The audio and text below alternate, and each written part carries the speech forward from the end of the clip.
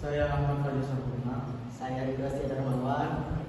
Dan ini adalah hasil dari proyek kelompok kami. Langkah yang pertama di sini kita membuat DB. Yang pertama kita membuat DB jadwal PDB. Lalu selanjutnya di sini kita membuat tabel. Di sini ada tabel lab, ada tabel komputer, tabel aktivitas, tabel mata kuliah, tabel pengguna peralatan dan tabel peralatan. Nah, masing-masing tabel sudah dibuat. Selanjutnya kita menentukan mana origin key dan mana primary key-nya.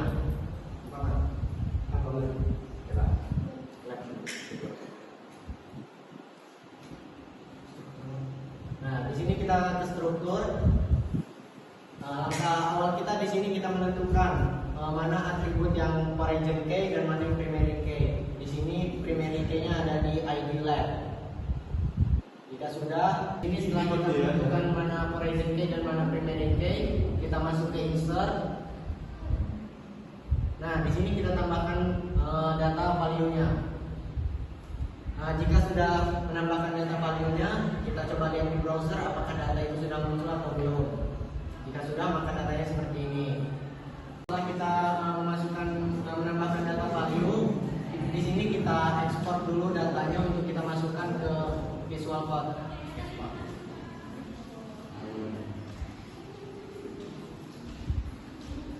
Nah, di sini langsung kita ekspor saja atau kita download.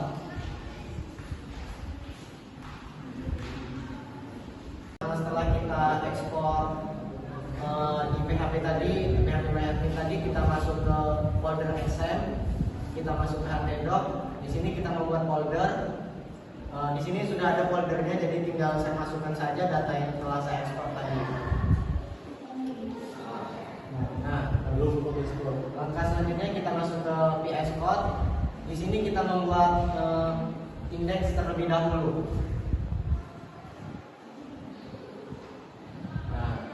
Jika sudah, kita akan menghubungkan beberapa koneksi supaya tampilan di websitenya menarik. Jika sudah, di sini kita menambahkan data yang telah kita buat tadi. Di sini ada data jadwal lab. Di sini kita masukkan data jadwal lab dan kita koneksikan data komputer. Caranya sama seperti langkah yang pertama tadi.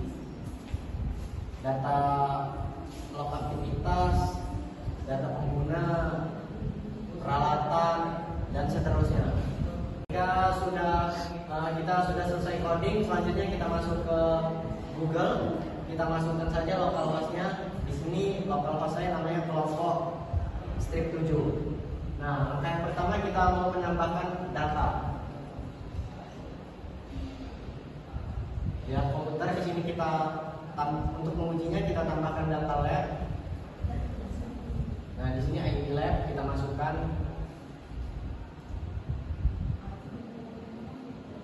ID lab-nya. Selanjutnya kita masukkan nama lab yang akan kita gunakan, lokasinya, kapasitas lab-nya juga, dan status apakah berfungsi atau tidak.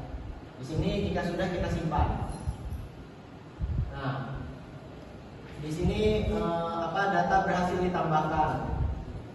Baik, selanjutnya kita coba untuk ubah data yang telah kita buat tadi. Nah, di sini kan nama labnya jaringan lab. Di sini coba kita ubah menjadi lab bahasa. Lokasi di sini di masjid. Oke. Selanjutnya kita simpan. Nah, berhasil. Nah, langkah selanjutnya kita hapus. Kita mencoba hapus. Coba. Oke. Nah, di sini data juga berhasil dihapus. Langkah selanjutnya kita mencoba di beberapa tabel lainnya, karena di sini masih banyak beberapa tabel. Selanjutnya kita ke tabel pengguna. Caranya sama seperti langkah yang awal tadi. Kita tambahkan data pengguna.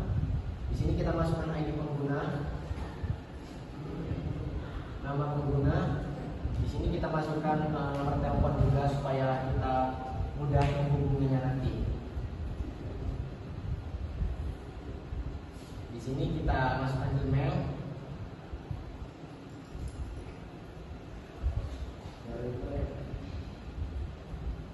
Jika sudah masukkan email, di sini ada tipe pengguna. Jika sudah, kita simpan. Nah, maka data berhasil ditambahkan. Langkah selanjutnya di sini coba kita ubah, apakah bisa? Di sini.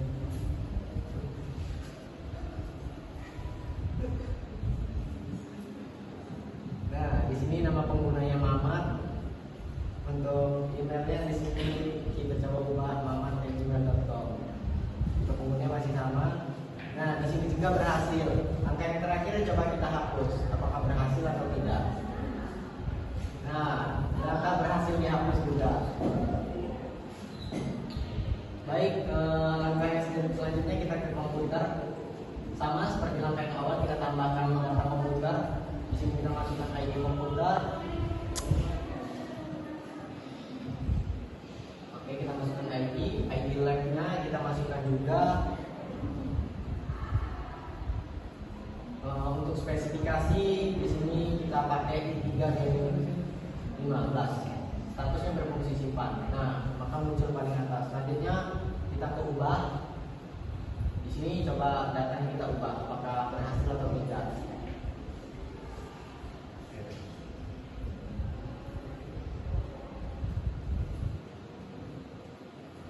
Nah, kita coba. Nah, data berhasil diubah. Selanjutnya langkah yang terakhir kita hapus.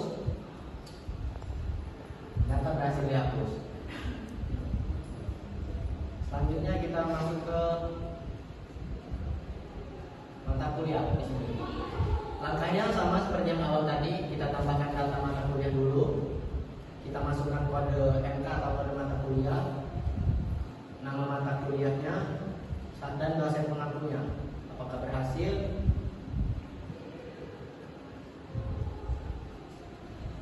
Ya, berhasil. Dosen pengaku Bobi aja. Nah, selanjutnya kita hapus, kita ubah. Di sini kita ubah dosen pengakunya. Di sini Bobi ganteng. Coba kita simpan. Berhasil diubah juga. Selanjutnya kita hapus. Apakah berhasil? Ya, data berhasil dihapus. Oke, selanjutnya kita masuk ke peralatan. Di sini kita untuk mentesnya kita tambah data. Kita masukkan ID-nya. Selanjutnya nama peralatan. Lanjut spesifikasi dan status.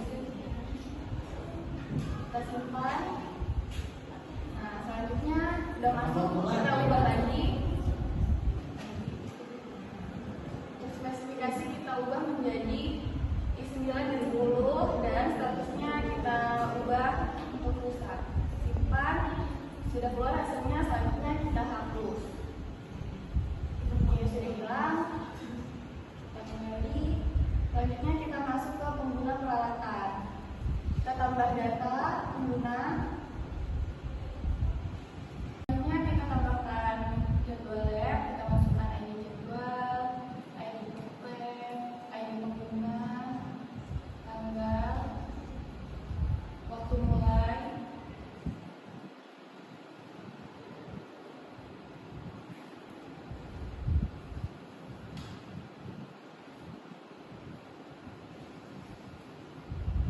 Selesai.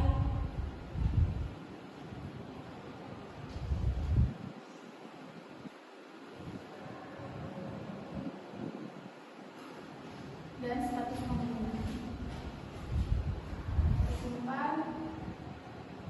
Sudah keluar hasilnya pada tanggal 15 kita ubah. Status pengguna menjadi bawah. Kita simpan.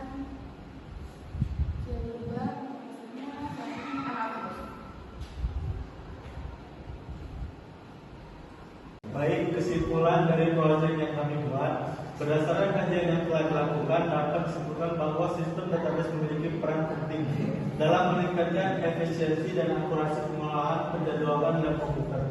Sistem manual sering menimbulkan kendala seperti kesulitan pencarian jadwal, risiko bentrokan jadwal, serta keterlambatan dalam pemrosesan.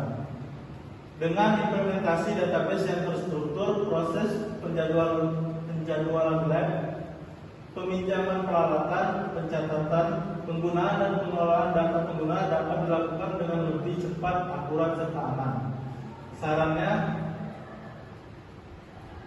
untuk memastikan implementasi sistem database yang berhasil dan optimal dalam konteks penjadwalan dan komputer, beberapa aspek penting perlu dipertimbangkan secara detail. Perencanaan database yang komprehensif mencakup normalisasi data pengguna minimal 3NF untuk meminimalisir redundansi dan memastikan integritas data melalui batasan-batasan seperti primary key, origin key, unique constraint, dan check constraint, serta desain skema yang efisien dan pemodelan data yang lebih menggunakan diagram TRD. Sangat krusial pemilihan teknologi yang tepat seperti BMS, MySQL atau PostgreSQL, bahasa pemrograman yang relevan, PHP, Python, JavaScript, dan teknologi front-end yang modern, HTML, CSS, JavaScript, React, Angular, Vue.js. Juga perlu disesuaikan dengan kebutuhan dan skala sistem keamanan data juga menjadi prioritas utama.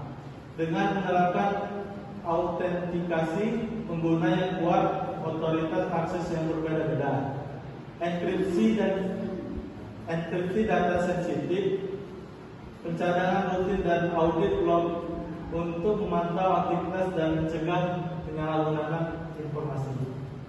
Sekian presentasi kami tutup dengan Assalamualaikum warahmatullahi